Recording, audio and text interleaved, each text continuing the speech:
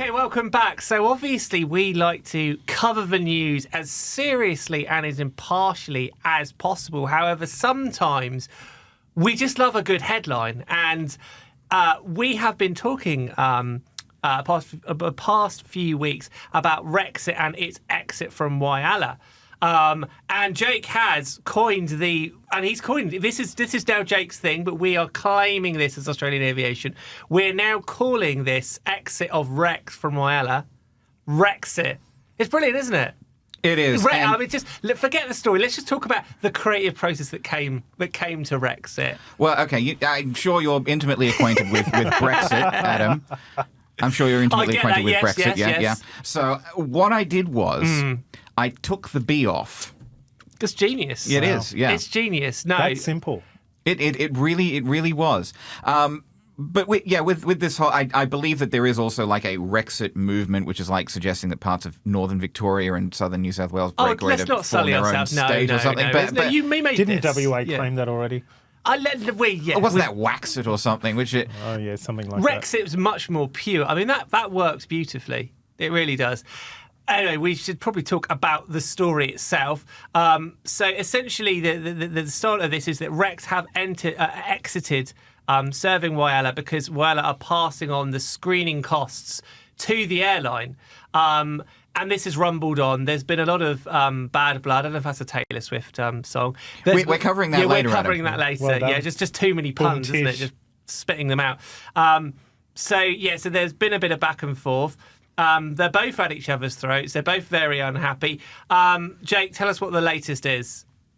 Yeah, so the latest is that Whyalla Council last week came out and said that it could not modify its terminal to account for screened and unscreened passengers as Armidale Council in New South Wales had done, because Armidale Regional Airport has 3 gates, whereas Whyalla has only 1 gate.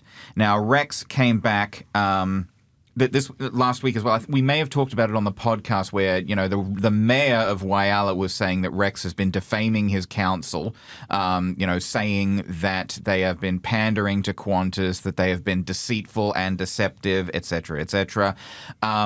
Rex has come back. Rex is saying that the council's assertion that it could not have modified its terminal was, and this is a direct quote, calculated to hide its secret agenda, presumably of pandering to Qantas. They didn't say what the secret agenda was.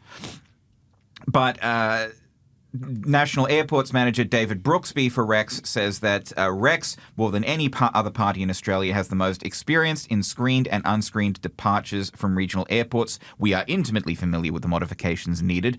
We have given a suggestion to Council of a workable solution that would involve works of less than $10,000. This would alleviate the need for Rex passengers to subsidise Qantas operations to the tune of $500,000 annually. Furthermore, when the current Whyalla Airport terminal was at the design stage, Rex requested that Council have 2 departure gates, and this request was ignored. Now, we contacted Whyalla Council about this because they have been sort of providing back and forth statements for a while, and I think that Whyalla Council may finally have gotten sick of the back and forth, because Whyalla City Council spokesperson said that Rex's ongoing emotive allegations do not warrant further public response. What I would say is, words. Ding, ding. How hath no fury like a Rex airline scorn? If I was going to get into a spat with anybody, I would not pick these guys, because these guys, they know how to fight. They're the plucky underdog. They know what they're doing here. Sorry to jump in here, but wouldn't the most common sense approach be simply not to open the security screening area for the Rex timed flights? I don't know how to run an airport, Chris. That would be the most common sense approach. Simply do not pay security staff to be on hand for the time arrival of a Rex flight, and don't screen their passengers. Keep Rex in Whyalla. And we will, on that note, actually, no, we're going to move on to another Rex story, and I say this is hot off the press. That's the opposite pun we're It's looking cold for. off the press. It's cold freezing off the press. It's really worrying Unlike how this I've got office. older. It's just terrible dad jokes and awful puns. That's all what I'm a happens. bad influence on you, Adam. Yes, no, and he's even worse around the office. If anything, he's toning it down on this podcast. It's just relentless. Anyway, so the next story we're going to talk about, Rex looks to set course to Antarctica. That's certainly a long way from the regions. What's going on here? Well, now, Adam, you could argue that Antarctica is the ultimate regional destination. Of course, It's hard as in Rex's hard as in the country, and that country includes Antarctica. Yeah, so Rex wants to become the next aerial operator for the Australian Antarctic Division. Currently, that contract is held by Sky Traders. They use Airbus A319s for intracontinental services, so they fly between Hobart and Wilkins Aerodrome, which is 70 kilometres from Casey Station in Antarctica. They've done that since 2002. Now, it is expected that there will be a tendering process opening up again in November, and Rex said that it wants to become the new operator for Antarctica. So the division is looking to bring together its specialized aerial operations under one operator. It wants a large intercontinental aircraft, there we go, 4 intracontinental turboprops with skis. It wants 4 twin-engine helicopters that can go between land and ship.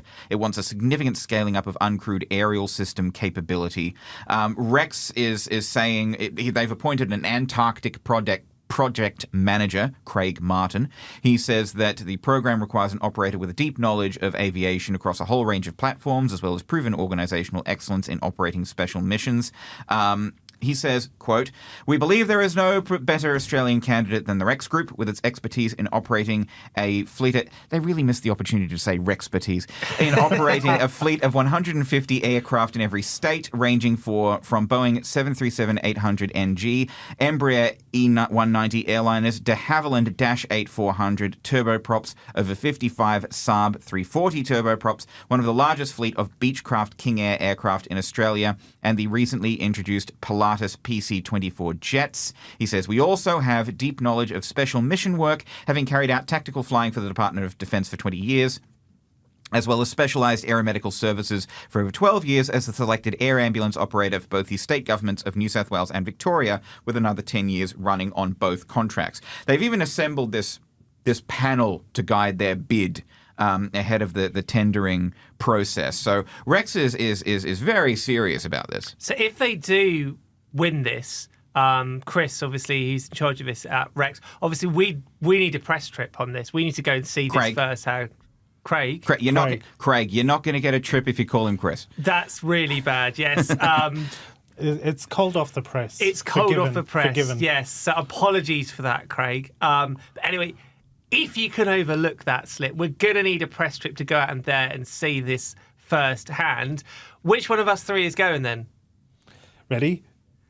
I mean, scissors, paper, rock. Yeah, no, I don't. I would like to go, and also being from the UK, where it's actually cold, though not that cold, I think I would be better at dealing with it. I'm not sure you two are going to be able to. You're going to be in a use, are you? Probably not. But do you think these flights would require screening? Because they could fly from Whyalla to Antarctica. Well, dear, let's not. No. Look, Let's not stir the pot anymore. What I will say to Rex is, as you know, here at Australian Aviation, we do love the underdogs, and Rex has just,